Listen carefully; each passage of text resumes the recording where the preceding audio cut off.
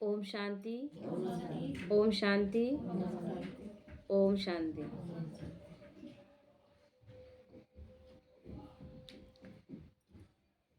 बाबा कह रहा है कि आपने आवाहन किया है कि पुरानी दुनिया जाए और नई दुनिया आए। हम सबका आवाहन यही है ना, तो जरूर नीचे ऊपर होगी कि नहीं होगी। हम अचानक से सब कुछ तो नहीं हो जाएगा। हम बहुत द्वापर से ही बुला रहे हैं भगवान को कि अब ये दुनिया नहीं चाहिए, और अब तो कलयुग का अंतिम का भी अंतिम समय। अब भगवान आया है और महाकाल स्वयं आया है, तो बस ऐसे ही आया है क्या? तो इसलिए बाबा कहते हैं नई सृष्टि रची जाएगी। एक छोटा सा हम अपना पुराना घर छोड़कर नया घर बनाते हैं तो सहज ही तो नहीं हो जाता है, वक्त लगता है ना, मेहनत लगता है। तो उसी तरह बाबा कहता है कि नीचे नीचे ऊपर तो होगी, क्योंकि कितना विस्तार में फैल गया है। छोटा सा भारत का एक टुकड़ा था जहाँ से ये सृष्टि शुरुआत होती, और उसके बाद अभी पूरे पूरा विश्व कितना बड़ा विस्तार में है। कितने देश हैं? 198 के करीब देश है,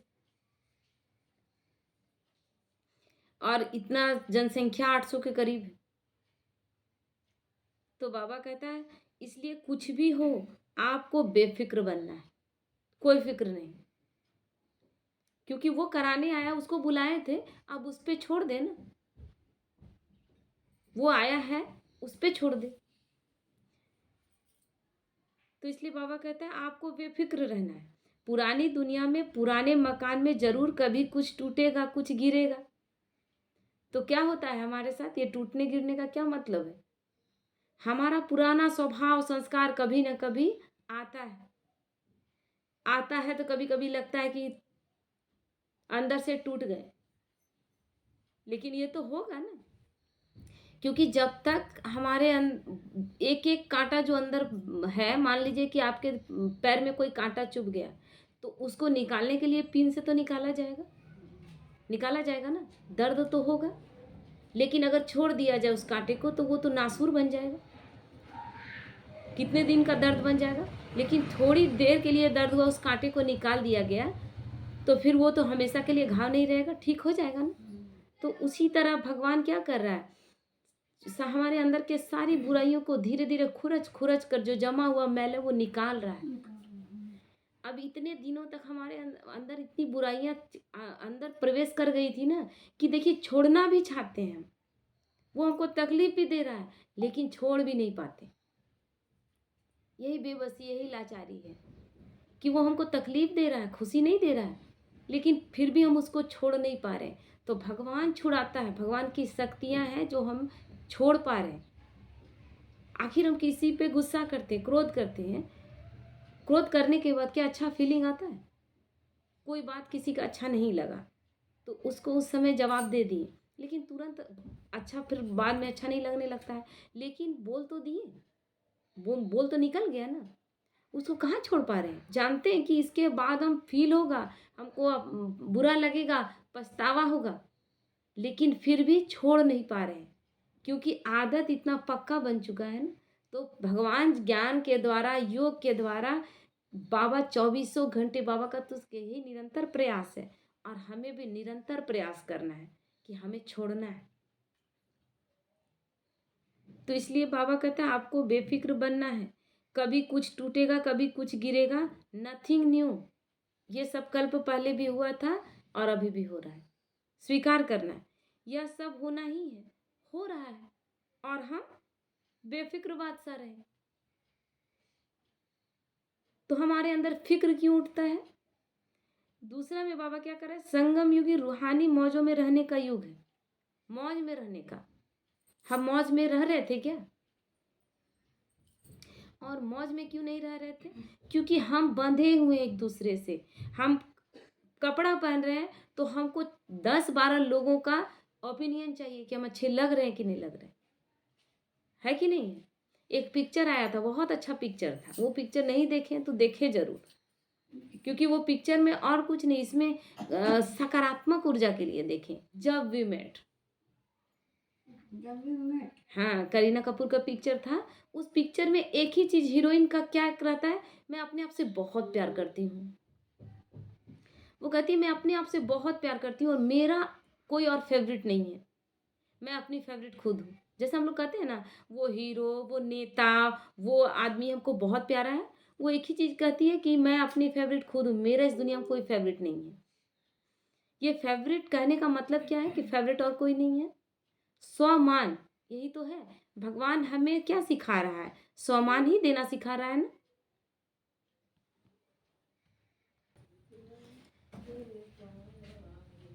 तो बाबा हमें स्वमान में रहना सिखाता है। वो नहीं बोला कि कोई और तुमको बोलेगा, खुद ही बोलो मैं परम पवित्र आत्मा हूँ। तो परम पवित्र आत्मा हूँ, कोई हमको दूसरा नहीं बोल रहा है, हम खुद को बोल रहे हैं। तो हमें ये बोलने का मतलब क्या है कि हम धीरे धीरे वो पवित्रता जब आता जाता है तो हमको खुद फीलिंग होगा कि मैं अच्छी हो रही हूँ, वो जो अंदर सुकून महसूस होगा, किसी के प्रति कोई गलत संकल्प नहीं। तो ये मेरा खुद का फीलिंग का चीज़ है। कोई और हमको बोलेगा कि आप बहुत अच्छे हैं, ये दूर की बात है। कोई और बोलेगा, कोई और हमको सर्टिफिकेट देगा, पहला सर्टिफिकेट हमें खुद को देना है कि मैं एक परफेक्ट आत्मा हूँ, मैं एक बहुत अच्छी इंसान हूँ। ये सबसे पहले, क्योंकि ये अंदर हमें खाएगा नहीं। जब हम अच्छा हैं, हम हर चीज़ अच्छा कर रहे हैं, हर आत्मा के प्रति मेरा सोच अच्छा है, तो किसी और का ज़रूरत नहीं है। लेकिन हम रहना भूल गए, जीना भूल गए, हम दूसरे का ओपिनियन चाहते हैं। दूस हर चीज़ में डिपेंडेंसी है। कपड़ा पहन रहे हैं उसमें डिपेंडेंसी, शादी करने जा रहे हैं तो कितने लोग देखेंगे उस लड़की को। तो क्यों लड़का लड़की शादी करेगा, एक दूसरे को पसंद करेगा, बात हो गया ख़त्म। ये भी एक अच्छा लगा, एक भाई का सुने कि वो भाई का शादी हो रहा था, तो उस लड़की को डायबिटीज़ है। लड़की को डायबिटीज़ है, सब घर का हर आदमी बोला कि नहीं करना है तुमको शादी, जबकि पता है कि लड़की को डायबिटीज़ है, तो ऐसे में तुमको नहीं करना है शादी। वो बोला ठीक है हम नहीं करेंगे। तो इस तरह तो वो तो सब जगह बता दे रही है कि मेरा डायबिटीज़ है, छुपा तो नहीं रही है। लेकिन अगर सबको इसी तरह कहेगा कि नहीं करेंगे तो उसका फिर शादी कैसे होगा? इतना महान सोच हमें रखना होगा ना। तो उसी तरह हम जब शादी करने जाते हैं तो कितने लोगों का ओपिनियन चाहिए। कोई कह दिया कि आपकी पत्नी सुंदर नहीं है तो अंदर अंदर तकलीफ होता है। आपका अपना अंदर में क्या है भावना रिश्तों के प्रति? तो हम केवल दूसरों के अनुसार चल रहे हैं। दूसरा पसंद करेगा, तो उस पिक्चर का यही भाव था कि जो हीरो था वो आत्महत्या करने जा रहा था। वो सब तरफ से हार गया था।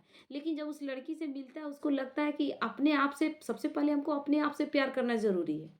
हम अपने आप से प्यार नहीं कर रहे हैं, लेकिन हम आपसे कह रहे हैं कि आप हमसे प्यार कीजिए। जो असंभव है वो सारी चीज़ें हम कह रहे हैं। आप हमसे प्यार कीजिए, आप हमको सम्मान दीजिए, आप हमको ये दीजिए, वो दीजिए, सब हम दूसरे से माँग रहे हैं। और माँग-माँग के हम चाह रहे हैं कि हम भरपूर लगेंगे, लगेंगे क्या? तो जब हम अपने आप को मान देना शुरू करेंगे कि नहीं मैं परफेक्ट हूँ, फिर को हमको किसी का ओपिनियन का ज़रूरत नहीं है। यही तो स्वराज अधिकारी आत्मा का निशानी। बाबा क्या बना रहे हैं हमें? स्वयं पर राज्य करना। मुझे किसी और की ज़रूरत नहीं है कि कोई हमको बोलेगा। हम अपने आप को परफेक्ट बना लें और अपने आप को सर्टिफिकेट।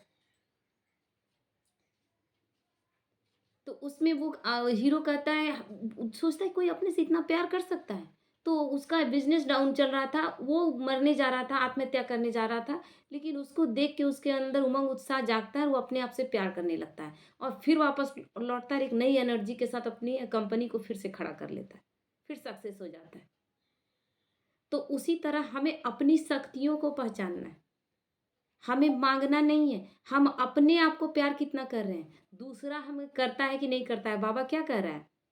मैं आज आया, मैंने तुम्हें पहचाना, तुमने मुझे पहचाना, बात खत्म हो गई। हम पहचान पाए भगवान को इस भीड़ में, इतने सारे भक्ति के प्रपंच जो फैले हुए हैं, उसमें हम भगवान को पहचान पाए। हमारी विशेषता, भगवान ने हमें इतनी करोड़ आत्माओं के बीच चुना, हमारे उनकी वो मेरी विशेषता, हर तरह से मेरी विशेषता है। तो हम अपनी विशेषताओं को क्यों भूल जाते हैं? तो हम अपने आप को मान लें, तो हम मौज में रहेंगे। हम मौज कब खो देते हैं? जब हम दूसरे से उम्मीद करते हैं। दूसरे से उम्मीद भी करते हैं, अपना कोई हमारा व्यवहार में कोई सुधार नहीं। हम कुछ ऐसा कर्म भी नहीं कर रहे हैं। जब आप कर्म अपने केवल अपने कर्मों पर ध्यान देना शुरू करेंगे, कर्म रूपी बीज को आप अच्छे से अच्छा बोना शुरू करेंगे, फल तो स्वतः ही अच्छे निकलेंगे, वृक्ष अच्छे निकलेंगे। हम अच्छा बीज बोएंगे तो अच्छा फल नहीं निकलेगा, ऐसा हो सकता है क्या? तो हमारा सारा अटेंशन अपने कर्मों में, अपने संकल्पों पर हो। फिर हमें भी कोई और सर्टिफिकेट नहीं देगा। सर्टिफिकेट तो लोग आकर आपको देंगे, लेकिन सबसे पहला सर्टिफिकेट हमें खुद को देना है। तो इसलिए बाबा कहता है संगम युगी रूहानी मौजों में रहने का युग है। इसलिए हर घड़ी रूहानी मौज का अनुभव करते रहो। यही तो वो समय है जब हम जानते हैं कि हम शरीर नहीं, हम एक आत्मा है।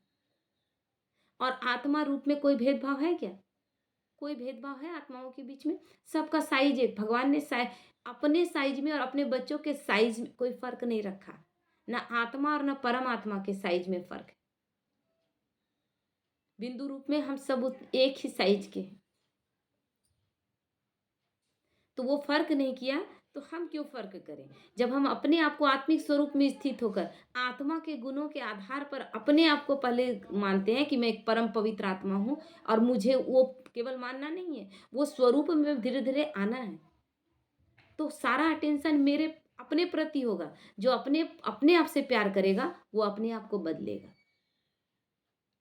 और जो अपने आप से प्यार नहीं करता है वो दूसरों से उम्मीद करता है कि दूसरा हमको अच्छा कहे। हमको सारा अटेंशन, मान लीजिए कि हम खाना बना रहे हैं, एकदम परफेक्ट बनेगा, लोग 4 आदमी अच्छा बोलेंगे, तो हम लोग आकर बताएँगे कि हम अपना परफेक्ट उसमें 100% देंगे। तब तो खाना के बारे में बाद में तारीफ़ होगा ना। तो इसी तरह हमें अपना चरित्र निर्माण अभी हमें अपना करना है। ये चरित्र निर्माण का समय है। हमें एक-एक सूक्ष्म से सूक्ष्म में देखना है, क्योंकि बहुत गहराई से, बहुत सूक्ष्म में गलती होता है और हम समझ नहीं पाते कि कहाँ से मिस्टेक हो रहा है। तो हमें अपने सूक्ष्म से सूक्ष्म चेकिंग करना है कि कहाँ मिस्टेक है हमारे अंदर, कौन-सी बुराई रह गई है। इसीलिए बाबा स्वदर्शन चक्र फिराने बोलता है। हम स्वदर्शन चक्र नहीं फिराते, हम केवल परदर्शन में चलते हैं। हम दिखावा चाहते हैं कि हमको तारीफ़ क्यों नहीं मिल रहा है।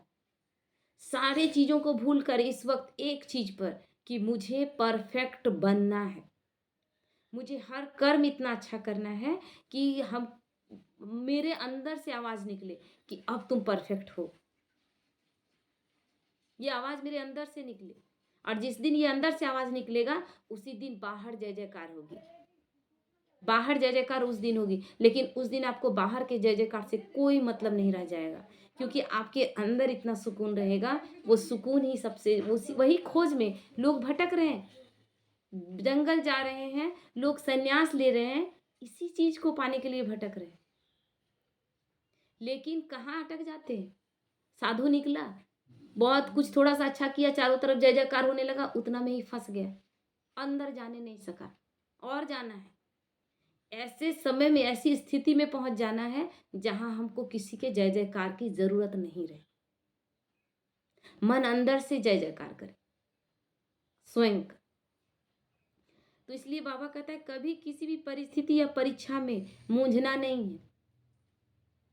अभी जो भी हो रहा है ना, केवल बाबा हमें परफेक्ट से परफेक्ट बनाने के लिए हर एक चीज़ कर रहा है। तो हम मूंझ जाते हैं, लगता है ऐसा क्यों हो रहा है, क्योंकि हमारा अटेंशन इस चीज़ पे चला, वो ध्यान नहीं है कि हम कितने बड़े तैयारी में चल रहे हैं। देवी देवता भगवान बना रहा है हमें, तो एक छोटा से छोटा रहने देगा, कुछ मिस्टेक रहने देगा?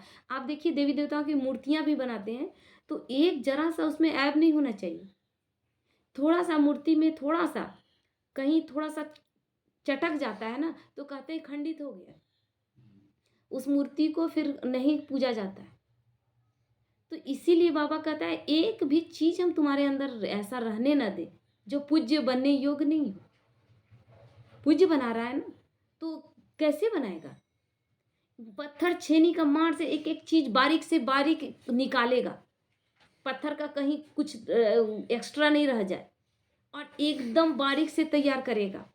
तो इसीलिए परीक्षाएं आ रही है कि बाबा दिखा रहा है कि कहाँ कौन सा कुछ तुम्हारे अंदर रह गया। आप जब भी कोई परीक्षा आता है ना, तो देखिएगा, चेकिंग करिएगा, बाद में पता चलता है कि मेरी कोई एक बहुत बड़ी बुराई छिपी हुई थी, वो आज बाहर निकल रही, वो आज मुझे पता चल रही। भगवान बस हमें तैयार करने के लिए सारा कुछ कर रहा है, और कुछ नहीं। तो इसलिए बाबा कहता है कि मूंझना नहीं है, ये सारी तैयारी हमारी चल रही है।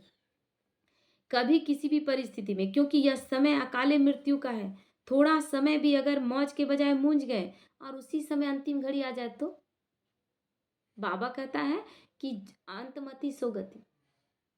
हम अंत में जो स्थिति लेकर जाएंगे ना, वही हमारी स्थिति रहेगी। अब आप सोचिए कि हम ऐसा कुछ करके जा रहे हैं जिसमें कि मान लीजिए कि हम थोड़ा सा कोई माइनर सा रह गया अंदर में और उसी समय शरीर छूट गया, तो वही लेकर जाएंगे ना। अब कल गोपी दीदी का सुन रहे थे, तो उनके उनके पिता को कैंसर था। कैंसर से तो वो निपट गए थे, लेकिन फिर कोविड आया तो उसमें थोड़ा सा वो अंततः शरीर छोड़ दिए। तो जब एडमिट थे तो बहुत सारा उनके अंदर संकल्प चल रहा था, जबकि वो ज्ञान में चलते हैं, लेकिन संकल्प चल रहा था बहुत सारा कि क्या होगा, कैसे होगा। तो बोली कि साक्षी दृष्टा बन के हम 2-3 दिन देखें उनको, केवल दृष्टि देते रहें, शक्ति उनमें भरते रहें और केवल साक्षी बनकर देखते रहें। उसके बाद थोड़ा सा वो नियंत्रित जब हुए तब उनको बताएं कि आप बताइए इतने दिन आप ज्ञान में चले और आखिरी समय ये स्थिति लेकर जाएंगे आप। तब उनको तुरंत ध्यान आया, बहुत कष्ट है, बहुत दर्द है, बहुत तकलीफ है, क्या यही लेकर जाएंगे आप? इतने दिनों का आपका योग तपस्या है और अभी अचानक शरीर छूट जाएगा तो कैसी स्थिति होगी। तो इसलिए बाबा कहता है कि हर समय हमें सोचना है, क्योंकि मृत्यु लोक है ना, कभी भी हम शरीर छोड़ देंगे। तो किसी के भी प्रति, कोई भी बात के प्रति जरा सा भी मूंझना नहीं है, दुखी और परेशान नहीं होना है, क्योंकि वो अंतिम घड़ी हो सकता है। इसलिए बाबा कहता है मौजों का युग, मौज मनाते रहेंगे तब वो युग में आएंगे। तो बाबा कहता है कि तो अंतमति सुगति क्या होगी। इसलिए हमेशा एवर रेडी का पाठ बाबा पढ़ाया है। हर वक्त जो फौजी का दिखाते हैं ना कि उसका सब तैयार रहता है, एक बोरिया बिस्तरा, कि जब पता चले कि हाँ जाना है बॉर्डर पर तो चला जाता है। हमारा भाई वो स्थिति रहे कि हम 24 घंटे तैयार रहें। जब भी बुलाया जाए तो हम ये नहीं कहें कि अभी तो मेरा मन थोड़ा सा खराब। हर वक्त अलर्ट। तो 1 सेकंड भी धोखा देने वाला हो सकता है। इसलिए स्वयं को विशेष आत्मा समझकर हर संकल्प, बोल और कर्म करो। हमेशा अपनी विशेषता को समझें कि कौन है हम साधारण हैं क्या? हम बहुत विशेष आत्माएं हैं जिसे भगवान ने बड़े विश्वास से चुना है कि ये मेरे बच्चे पूरे विश्व को बदल देंगे, सारी सृष्टि का परिवर्तन कर देंगे। सारा सृष्टि जो नरक बना है, जो लोग तड़प रहे हैं, बिलख रहे हैं, वो सारा परिवर्तन मेरे बच्चे करेंगे। और हम अपने आप को विशेष न समझकर साधारण समझते हैं।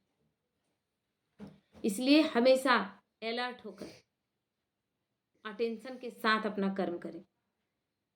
तो इसलिए बाबा कहता है हर कर्म, हर संकल्प, हर बोल सदा रूहानी मौज में रहकर करो। मैं आत्मा हूं। आत्मा मौज में ही रहती है, क्योंकि आत्मा के गुणों में शांति, शक्ति, पवित्रता, ज्ञान, प्रेम, आनंद और सुख, 7 गुण है उसके अंदर। कोई उसमें कोई एक नेगेटिव चीज है? कोई भी नेगेटिव चीज इसमें है? लेकिन हम देह भान में आते हैं तब हमको सारा नेगेटिव चीज दिखाई देता है। तो इसलिए बाबा कहता है कि हमेशा आत्मिक स्वरूप में स्थित रहें। मैं एक आत्मा हूं। जहां हम अपने स्वरूप को भूलते हैं वहां सब कुछ भूल जाते हैं। इसलिए अपने स्वरूप को ना भूलें और हर वक्त मौज मनाते रहें। ये मौजों का समय है, क्योंकि इस वक्त भगवान मिला है, फिर कभी नहीं मिलेगा। अभी जितने समय तक का है, कभी भी ये तो सोच रहे ना कि कभी भी हमारी मृत्यु हो सकती है, कभी भी हम शरीर छोड़ सकते हैं। जैसे ही शरीर छोड़ेंगे बाबा छूट जाएगा। फिर अगर हम दूसरे जन्म में आ भी जाते हैं तो हम तैयार होंगे और हम भगवान को पहचानेंगे, उससे पहले तो सब कुछ बदल जाएगा। इसलिए जितना समय बाबा के साथ रह पाए, क्योंकि अंतिम के अंतिम समय में हम लोग आए हैं, इसलिए बाबा स्वयं हाँ उंगली पकड़कर चला रहा है। अभी बाप के साथ अगर नहीं चलेंगे तो क्या अनाथ होने के बाद, क्योंकि द्वापर के बाद तो अनाथों वाला जीवन होगा। तो इसीलिए 84 जन्मों का अगर भाग्य लिखना है और बहुत परफेक्ट भाग्य लिखना है तो इस वक्त केवल अपने स्वरूप को पहचानते रहें और अपने हमेशा अलर्ट रहें। ओम शांति।